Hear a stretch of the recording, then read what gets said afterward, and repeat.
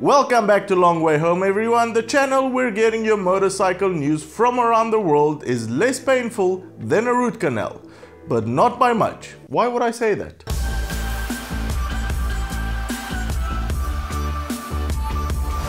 Get your motorbike news in a pleasant way. Hit that subscribe button and turn on your notifications so you don't miss the next episode. Story number one. It seems like more and more women are infiltrating our little secret underground group of bikers from around the world. The US Motorcycle Industry Council has ordered a survey which, apart from other interesting facts, revealed that the percentage of US female riders is up to 19%, which is good news.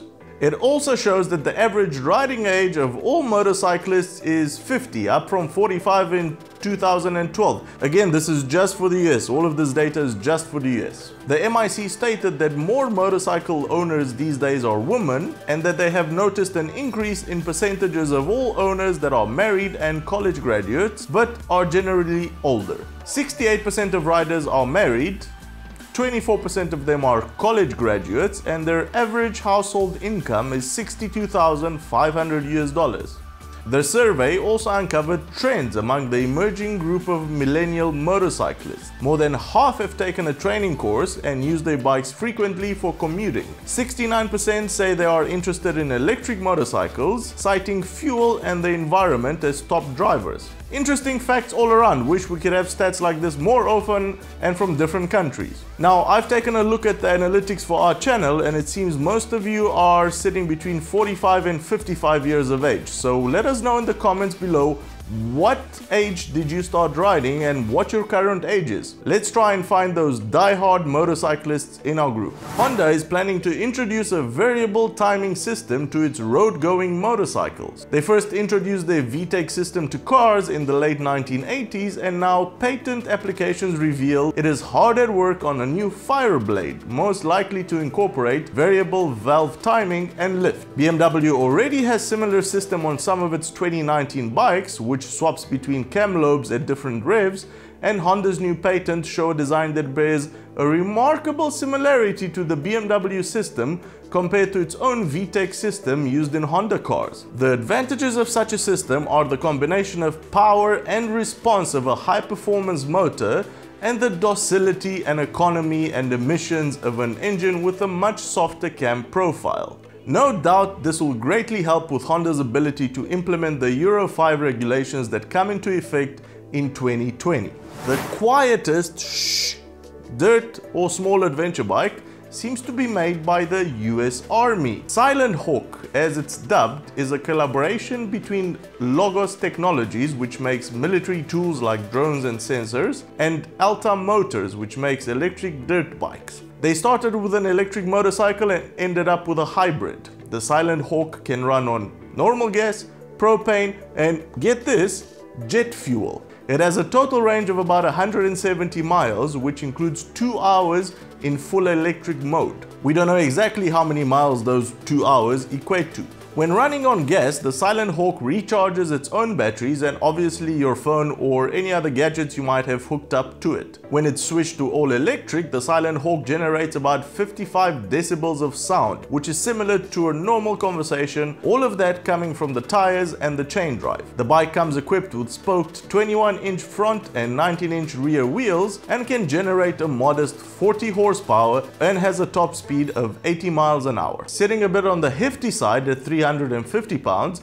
let's not forget that this bike is full electric, which obviously weighs quite a bit, and also has an internal combustion engine. To provide flexibility as well as lightening the load of the bike, SilentHawk is somewhat modular. If you want it configured as light as possible, you can just take out the hybrid system, which will take you around 30 minutes or an hour, depending if you know what you're doing, and only run around on the electric power pack. When that runs out, come back, reassemble your bike, and continue your fun on gas while charging back the power pack. Oh, and one more thing, the SilentHawk is a two-wheel drive bike. Yes, that's right, the front wheel is powered as well. Dirt riding is never gonna be the same again. We'll keep you updated when more details pop up, including the release date, but be warned that you need to save around 16,000 buckaroos to get yourself the latest and stealthiest dirt bike. Do you think this amount of money is worth it on such a new and crazy bike, or are you better off spending it on something else? Let us know in the comments below. If you own a helmet and you live in Canada or the US, your helmet must be DOT certified before being allowed to be put on sale. While other safety standards exist around the world like ECE for Europe, SNELL and FIM,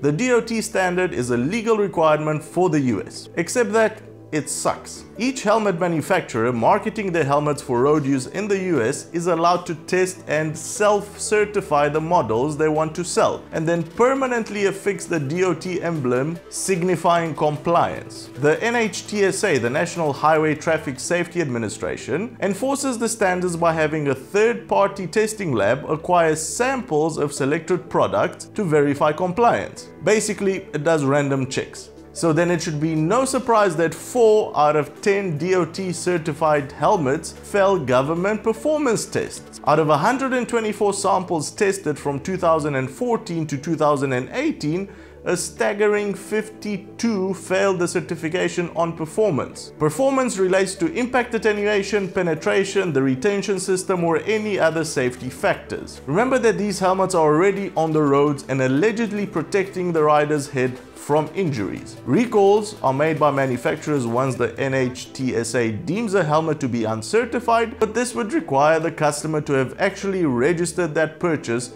with the manufacturer, something that is almost never done. Self-certification by the manufacturer might be likened to allowing doctors to self-license for medical practice. Yeah, sure, I'm a doctor, I read a book and I know how to use Google. Take your pants off. So, DOT certification means almost zero for helmet safety rating, so you are better off searching for a helmet with a SNELL or FIM certification. Take a look at the NHTSA site to see if your helmet is part of any recalls. We have put a link in the description below. Well, that's the show, everybody. Hit that like button if you enjoyed it and consider subscribing to us if you think you've learned something new. Also, don't forget you can also follow us on Twitter and Instagram to see what we're up to. Cheers and see you on Saturday.